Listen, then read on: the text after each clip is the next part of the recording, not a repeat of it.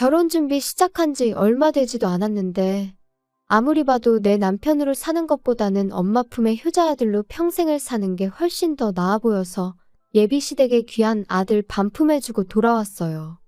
저런 사람이 내 시어머니가 된다는 생각만 하면 소름이 다 돋을 정도였는데 중간 역할은커녕 엄마 말에 거역 못하고 엄마 말만 철썩 믿고 따르는 남자친구 보니 결정을 내리는 게 어렵지는 않았습니다. 몇 년을 연애했고 눈에 콩깍지가 끼어있다 해도 제가 스스로 제 발을 10월드 구렁텅이에 빠뜨릴 정도로 무지렁이는 아니었거든요. 어설프게 조율하는 것보단 빠른 파혼이 맞다 싶어 이렇게 큰 결단을 내렸습니다. 저희가 상견례할 당시만 해도 아무런 문제가 없었어요. 오히려 예비 시어머니가 먼저 허례허식은 생략하자고 예물 예당 같은 거 하지 말고 애들한테 한 푼이라도 보탬되는 걸 해주자고 먼저 제안을 했었거든요. 저희 집에서도 당연히 찬성을 했고 결혼도 반반 결혼 생각하고 있으니 얼마를 도와주시던 간에 똑같이 맞추겠다고 제안을 하셨는데 예비 시어머니가 먼저 집은 원래 남자가 해오는 거 아니겠냐며 그냥 혼수만 준비해오면 된다고 나왔습니다. 옛날이야 그랬지만 요즘 누가 남자가 집 해오고 여자가 혼수해가고 하면서 결혼을 하냐고. 부담 가지실 필요 없으니 반반 결혼하자고 한 번 더 물으셨는데 예비 시어머니는 절대 그렇게 할 수 없다고 단호하게 거절을 했었습니다. 반반 결혼을 한다는데도 계속 싫다고 우겨대는데 어떻게 별 수가 없었어요. 그래서 혼수 비용에 결혼식 비용, 신혼여행비까지 전부 저희 집에서 다 하겠다 말하고 그렇게 이야기를 정리했습니다. 친구들은 요즘 그런 시어머니가 어디 있냐며 저보고 전생에 나라를 구했냐느니 어쨌다느니 소리를 하면서 부러워했어요. 다들 부럽다 부럽다 하니까 저도 처음에는 좋은 시댁 만났구나 막연하게 그렇게 생각하고 있었죠. 그런데 그 해준다던 신혼집이 제가 생각했던 것과는 많이 달랐습니다. 집을 해준다니까 뭐 강남에 몇십억 하는 아파트를 들어가야겠다 그런 욕심을 부렸던 건 절대 아니었어요. 다만 신혼집의 위치라든지 그런 것들에 있어서 당연히 그 집에서 살아갈 저희에게 선택권이 있는 건 줄 알았거든요. 그런데 그런 게 아니었어요. 집은 이미 상견례, 아니 저랑 남자친구 결혼 이야기 처음 오가기 시작했을 때부터 구해져 있던 거나 마찬가지인 상황이었죠. 집을 해준다고 했지만 애초에 매매로 집을 해주는 게 아니었습니다. 전세로 들어가는 거였고 집주인은 다른 사람이 아닌 예비 시어머니의 친언니, 그러니까 예비 시이모님이었습니다. 남자친구네 이모가 누군가에게 전세를 주고 있던 집이었는데 그쪽 지역이 재개발 호재가 생기면서 전세 가격이 많이 올랐다고 하더라고요. 그런데 그 집에 먼저 살고 계시던 분이 오를 만큼 오른 전세금을 감당하지 못해 재계약을 못하고 나가게 되었는데 예비 시이모라는 그분이 욕심을 부렸는지 그 사람이 나간 뒤로 계속 빈집으로 놀리고 있었다고 하더라고요.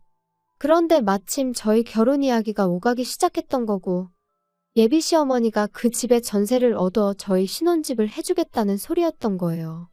애초에 반반 결혼이 성립이 안 되었던 건 전세금을 예비 시어머니가 해주는 거긴 하지만 결과적으로는 돌려받아갈 돈이니 저희한테 땡전 한 푼 안 도와주는 거나 마찬가지였던 거죠.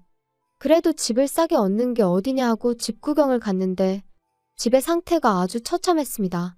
집이 좋아서 살기 좋은 동네라서 집값이 오른 게 아니고 그냥 동네가 싸그리 환골탈퇴한다는 재개발 호재 때문에 집값이 올랐던 그저 썩어빠진 오래된 아파트였었어요. 제 생각엔 재개발까지 본인들은 살기 싫고 당장 재개발은 소식만 있을 뿐 언제인지 감도 못 잡겠고 그런데 집을 빈집으로 놀리자니 아까운 와중에 때마침 저희가 결혼한다고 하니 그 집에 세를 얻어준 걸로밖에 받아들여지지가 않았습니다. 크기도 끼케야 14평 정도 돼 보이고 얼마나 오래된 아파트인지 엘리베이터도 없는 그런 아파트였어요. 단 한 가지 마음에 들었던 건 회사 출퇴근하는 버스가 집 앞으로 다닌다는 사실이었죠. 출근하는 것만큼은 편하겠더라고요. 그래도 당장 큰돈 아끼는 게 어디냐. 집에 들어가는 돈 신경 안 쓰고 살아도 되게 된 만큼 열심히 모아서 좋은 집으로 이사 나가자 그런 생각이었죠. 저희 부모님이 저희 신혼집이라고 사진 찍어 놓은 거 몇 개 보여드렸더니 완전 사기당한 기분이라고 하시더라고요. 반반하자는데 한사코 거절했던 게 저런 꿍꿍이가 있었던 거였냐고요. 그때만 해도 저는 저희 부모님을 설득했어요. 좋은 점만 보자고요. 집도 오래되고 평수도 작으니까 혼수도 대충 가성비 제품으로 채워놓고 이사 갈 때 새로 구하면 되는 거 아니겠냐고요. 어쨌든 덕분에 한동안 내야 할 대출이자 아꼈다고 치면 반반 결혼하는 거나 마찬가지 아니겠냐고 그렇게 부모님을 설득했어요. 그런데 하루는 남자친구가 저한테 종이 한 장을 건네주더라고요. 이게 뭐냐고 물었더니 남자친구도 자기도 자세히 안 봐서 잘 모르겠는데 엄마가 혼수리스트라고 적어준 거라고 하더군요. 남자친구 보내고 나서 집에 돌아와 그때가 돼서야 적어준 혼수리스트를 체크해봤습니다. 그런데 적혀있는 혼수리스트가 아주 가관이더군요.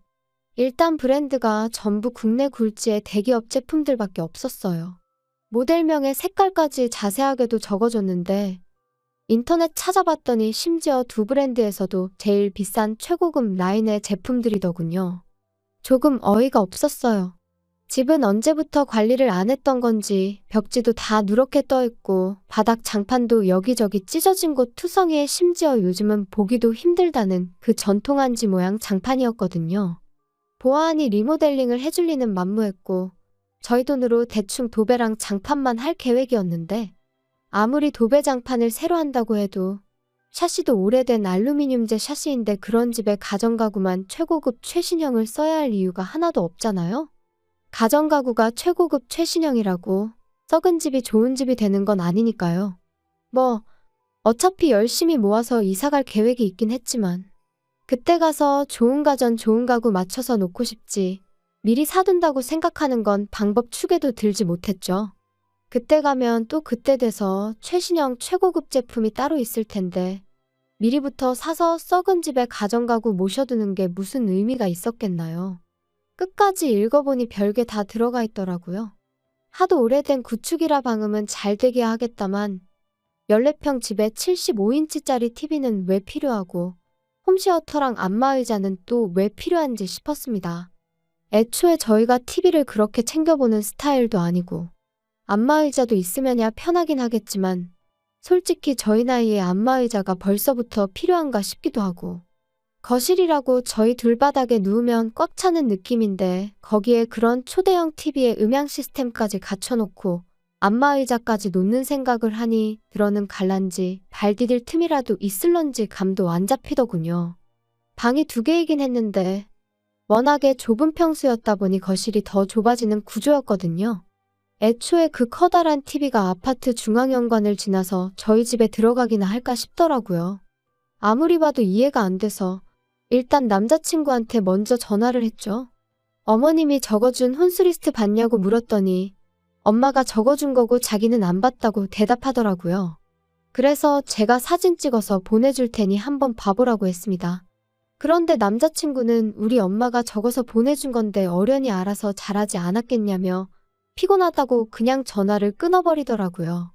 지네 엄마가 결혼하는 것도 아니고 지가 결혼하는 건데 어떻게 저렇게 무관심할 수가 있나 싶었고 어이가 없었죠. 하지만 차라리 이게 낫겠다 싶었어요. 괜히 중간에 남자친구 껴서 예비 시어머니랑 의견 조율하는 것보다 제가 직접 전화해서 이야기하는 게 훨씬 좋겠다 싶었으니 말이죠. 그때가 이미 저녁 늦은 시간이었어서 생각난 김에 바로 전화하고 싶었지만 매너가 아닌 것 같아 다음 날까지 기다렸다 회사 점심시간 활용해서 예비 시어머니한테 전화를 걸었습니다. 그런데 전화는 안 받고 톡으로 왜 전화했냐는 답장이 오더라고요. 예비 시어머니가 전화 받기 조금 난감한 상황인가 싶어서 그냥 저도 기다릴 것 없이 톡으로 물어봤어요. 혼수 리스트 적어준 거 보니 이해가 안 되는 점이 많아서 연락드린다고요. 일단 그런 최신형 대형 가정가구를 넣기엔 집이 많이 좁은 편인 것 같다고요. 그런데 예비 시어머니는 요즘 혼수해오면 다들 기본적으로 그 정도는 해온다던데 그런 것도 모르냐며 오히려 역으로 저한테 물어보더라고요. 저는 그저 혼수는 집에 맞게 무리하지 않는 편에서 제가 알아서 정하고 싶다고 그래서 물어본 거라고 대답했는데 예비 시어머니는 얼마짜리 집을 해주는데 그까짓 혼수 얼마나 된다고 그것도 못 해오겠다고 이러느냐고 말하더군요. 제가 못 해가겠다고 하는 소리가 아니라 집에 안 어울려서 그러는 거라고 다시 설명을 했지만 남들 다 해가는 만큼만 적은 거니 앓는 소리 하지 말고 하나도 빠짐없이 다 하라고 하더라고요. 그 이후에는 톡을 보내도 읽고 무시하는 식이었어요. 곰곰이 생각해봐도 이건 아니다 싶더라고요. 솔직히 막말로 집도 말이 해준다는 거지. 남의 집 빌려다가 당분간 저희들 살게 해주는 거잖아요. 저희 사는 중에 만에 하나 재개발이 시작되면 뭐 분양권을 저희한테 넘겨줄 것도 아니고 그렇다고 저희 앞으로 그 돈을 주기로 한 것도 아닌데 사실상 돈거래는 예비 시어머니와 한가족인 예비 시이모님 두 분 사이에만 오간 거지 제가 땡전 한 푼 받은 게 없는 거나 마찬가지였잖아요. 그런데 예비 시어머니 욕심에 집에 어울리지도 않는 혼수를 해오는 것도 말이 안 된다 싶어서 그냥 저도 제 뜻대로 밀어붙이기로 했습니다. 혹시나 또 집 해주는데 어쩌고 하면서 뭐라고 하면 제가 생각한 거 그대로 한마디 되갚아주려고요. 시어머니가 적어놓은 혼수 목록이 대충 계산만 해봐도 5천만 원이 훌쩍 넘었거든요. 제가 인터넷 뒤져가며 이것저것 찾아서 가성비 제품들로 구성해봤더니 그 코딱지만한 집 채우는데 500만 원이면 충분하겠더라고요. 예비 시어머니가 아들 시켜서 저한테 종이 한 장 휙 던져놓고 통보식으로 혼수 목록 줬던 것처럼 저도 똑같이 제가 새로 고친 혼수 목록 톡으로 사진 찍어서 예비 시어머니한테 보냈어요. 톡으로 또 이게 뭐냐고 물어오길래 불편하게 톡으로 하지 말고 전화로 하자고 말했죠. 뭔가 싶었는지 이번에는 전화를 바로 받더라고요. 예비 시어머니는 전화 받자마자 내가 적어준 거에서 뺄 게 뭐가 있다고 그걸 네 맘대로 고치냐며 짜증 섞인 목소리로 말을 꺼냈습니다. 제가 보니 빼고 고치고 할 게 한두 가지가 아니라서 다 고쳤다고 이유도 다 설명드리겠다고 말씀드렸죠. 짜증난 시어머니 말투 뒤로 하고 제 할 말을 시작했어요. 방이 2개라고 에어컨 방마다 설치할 수 없으니 하나 빼는 거다. 건조기가 있으면 저희가 편하겠지만 안타깝게도 베란다가 너무 작게 나와서 설치조차 불가능하다더라. 그리고 저희들 맞벌이 하는 데다가 집에서 많이 먹어봐야 저녁 한 끼 먹는 게 고작인데 설거지할 게 얼마나 나온다고 식기세척기를 놓냐. 그래서 그것도 빼버렸다. 같은 이유로 양문형 냉장고도 필요 없다고. 냉장고에 들어간다고 음식이 안 상하는 것도 아니지 않느냐? 괜히 큰 냉장고 때문에 안 그래도 좁아 터진 집 더 좁아 보이고 전기세만 더 많이 나온다고. 그냥 적당한 크기의 냉장고로 바꾸겠다 했죠. 이런 식으로 하나하나 조목조목 이유를 대가며 바꾸는 이유랑 아예 목록에서 제외해버린 이유를 설명하니 예비 시어머니가 아주 잘났다고 벌써부터 돈을 이렇게 아끼는 걸 보니 조만간 부자 되겠다며 빈정거리는 말투로 말을 하더라고요. 하지만 그게 끝이 아니었죠. 아직 대망의 TV랑 홈시어터, 안마의자랑 고급 소파까지 거실에 들어갈 가전가구들은 시작도 안 꺼냈거든요. 솔직히 이 부분이 제일 거액이었다 보니 꼭 짚고 넘어갈 생각이었어요. 예비 시어머니한테 단도직입적으로 거실에는 테이블 하나랑 좌식의자 2개 정도 놓고 아무것도 놓을 생각 없다고 했습니다. 좁아 터진 집 넓어 보이려면 아무것도 없는 게 최고인 거 모르시냐고. 그리고 집에서 TV 볼 일도 거의 없는데 무슨 TV냐. 그냥 거실에서는 차나 가끔 마시고 휴식하고 싶을 때 쉬는 공간으로 쓸 계획이니 그런 고급 가전제품들은 하나도 필요 없다고 딱 잘라서 말했죠. 예비 시어머니는 TV도 없이 세상 돌아가는 소식은 어떻게 알고 살 거냐고 집에 TV를 안 놓을 생각을 하냐며 뭐라고 하길래 요즘 그런 건 TV 없어도 다 폰으로 보고 컴퓨터로도 볼 수 있는 거 모르시냐 했죠. TV 틀어봐야 재방송밖에 안 해주는 것 같은데 잘 보지도 않는 거 매달 요금 내고 그런 거 신경 쓸 바에 아예 TV 없이 지내보겠다고 말했습니다. 그랬더니 예비 시어머니가 그럼 안마의자랑 TV 그런 것들은 당신 집에 놓을 테니 생략하지 말고 당신 집에 가져다 놓으라고 하더군요. 그래서 제가 지금 무슨 소리를 하시는 거냐 했습니다. 혼수 이야기 하고 있는데 왜 신혼집 가전가구를 어머님 댁에 놓으라고 하냐고 되물었죠. 그랬더니 예비 시모가 생각해보라며 그래도 내가 집까지 해주는데 뭐라도 하나는 받아야 면이 좀 서지 않겠냐고 하는 거예요.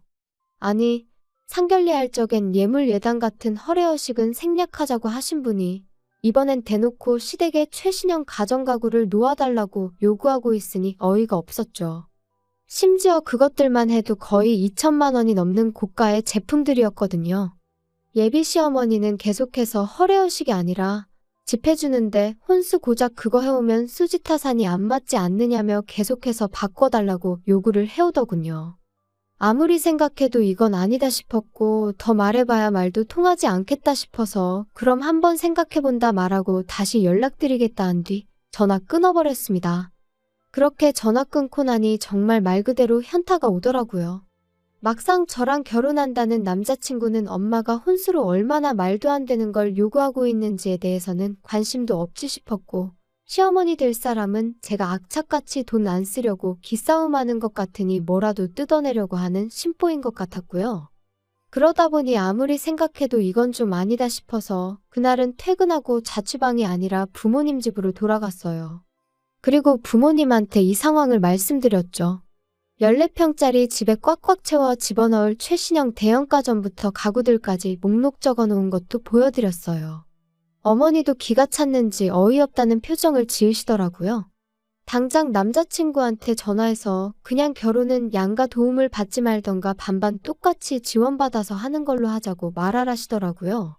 그래서 남자친구한테 바로 전화를 했어요. 지금 상황을 충분히 이해가 되도록 설명을 해줬는데 남자친구는 그런 건 생각도 안 하고 바로 짜증부터 내더라고요. 애초에 그럴 거면 해온다고 하질 말았어야지 않는 거 아니냐고요. 그러면서 또 한다는 소리가 엄마랑 이야기해보고 연락 줄 테니까 그렇게 알라고 하는 겁니다. 예비 시어머니만의 문제였다면 저희 부모님이 어떻게든 조율해보려고 도와주셨을 텐데 가만 보니 이건 비단 예비 시모 혼자만의 문제가 아니라 그 아들인 남자친구한테도 문제가 있다는 걸 알게 되었습니다. 저희 부모님도 그 상황을 두 눈으로 목격하시니 엄청 열받아 하셨어요. 어머니가 저한테 예비사돈한테 남자친구가 전화 걸어서 통화 못하기 전에 곧바로 전화 좀 걸어보라고 하더라고요. 남자친구가 예비시어머니한테 전화 거는 걸 미뤘던 건지 예비시어머니가 바로 전화를 받았어요. 바로 전화 받으실 분이 아닌데 생각해보니 제가 시댁가전 바꿔주는 걸 생각해보겠다고 말하고 전화를 끊었었다는 게 생각이 딱 나더라고요. 예비 시어머니가 전화를 받는 걸 확인하자마자 저희 어머니께서 핸드폰 바로 뺏어다가 한마디 하셨어요. 이런 식으로 나올 거면 그냥 반반 결혼시키자고요. 예비 시어머니는 어떤 상황인지 곧바로 눈치를 챘던 건지 거기서 오히려 큰 소리를 치더군요. 아니, 그럼 애초부터 해온다는 소리를 하지 말았어야 했던 거 아니냐? 그리고 한쪽에서 집해오면 반대쪽에서는 원하는 대로 혼수해오는 게 당연한 거 아니냐고 하는 겁니다. 그 말 듣자마자 저희 어머니가 다시 전화에다 대고 한 소리 하셨어요. 내가 단칸방 들어가서 월세 사는 한이 있더라도 지금 사는 집 저희 신혼집으로 쓰게 내주겠다고요. 집은 내가 해올 테니 예비사돈이 혼수를 해오는 걸로 하셔라 했습니다. 다 쓰러져가는 14평 쓰레기 아파트 가지고 혼수 5천만 원치 받으려고 했나 본데 우리 집은 당신 언니가 가지고 있다는 그 잘난 집보다 평수도 크고 집값도 훨씬 더 받는 거 알고 계시냐고. 그러니 우리 집 신혼집으로 내주면 아주 리모델링부터 시작해 가전가구에 자동차까지 싹 다 받아내야겠다 했습니다. 집 해오면 원하는 대로 혼수해주는 게 당연한 거라고 하셨지 않냐고. 어디 한번 얼마나 해오는지 한번 두고 봐야겠다고 으름장을 놓으셨죠. 그랬더니 이게 지금 경우없게 뭐하는 짓이냐고 따지더군요. 예의라고는 눈꼽만치도 없는 행동인 거 알고 그러는 거냐며 큰 소리를 치길래 제가 어머니한테서 전화기를 뺏어다가 예비시모한테 한마디 해줬습니다. 당신네들이 했던 거 그대로 똑같이 하는 건데 경우 없고 예의 없다고 하는 걸 보니 아줌마가 아들 결혼을 빌미로 얼마나 개수작을 부리고 있는지는 알고 있는 것 같아서 다행이라고요. 제 말을 듣고는 언성을 높이며 너는 시어머니가 아주 우습게 보이냐고 아주 시집 오면 버르장머리를 개조해줘야겠다고 겁을 주더라고요. 그래서 저도 한마디 해줬습니다. 아줌마 정신 차리라고요. 아직도 내가 결혼하고 싶어서 이러는 건 줄 아냐고 파혼하자고 하는 소린데 눈치 좀 챙기라고 한마디 해줬어요. 예비 시어머니가 저보고 말 다 했냐 그러길래 뭐 더 듣고 싶은 말 있으시냐고 한 번 더 듣고 싶으면 말만 하라고 했어요. 몇 번이고 더 해줄 수 있다고 말이죠. 그렇게 파혼하고 나니까 여태까지 결혼에 관심도 없어 보이고 엄마 말 거역하지 말라던 남자친구가 찾아와서는 한 번만 기회를 달라고 제 앞에 싹싹 빌더라고요. 그런데 그 모습이 전혀 신뢰가 가지 않았어요. 엄마한테 무슨 말이라도 듣고 찾아온 건 아닌가 싶더라니까요. 이모네 집 세입자 못 구할 것 같아서 저러나 혼수로 뭐 팁이라도 하나 바꾸는 걸로 줄여보겠다 하려나 싶었어요. 그때 딱 느꼈죠. 결혼을 하겠다고 정하긴 했지만 이 사람이 없으면 못 살겠다 싶을 만큼 깊이 사랑했던 건 아니란걸요. 애초에 저는 이미 혼수리 스트랍시고 남자친구한테서 종이 한 장 건네받았을 때부터 결혼할 마음이 싹 달아났던 것 같아요. 남자친구한테 내 마음 돌릴 생각 없다고. 파혼의 이유가 당신 어머니한테만 있는 건 아니니 너무 엄마 탓은 하지 말라고 한마디 해줬네요. 애초에 너가 나랑 결혼하고 싶었으면 나랑 너네 엄마랑 저렇게 개싸움 나게 두지는 않았을 거 아니겠냐고 하니 아무 말도 못하고 돌아가더군요. 한편으로는 거액의 혼수 목록을 받았을 때 그때 차라리 후련하게 정리해버렸다면 이렇게 마무리가 더럽지는 않았을까 싶은 생각이 들 때도 있습니다. 하지만 여전히 그거 하나만큼은 확실하네요. 꼴 같지 않은 집구석에 주제 파악시켜주고 내 하고 싶은 말 속 시원하게 다 내뱉어낸 거, 그 덕에 제 속은 후련해졌고 아무 미련 없이 끝낼 수 있었다는 거 말이에요.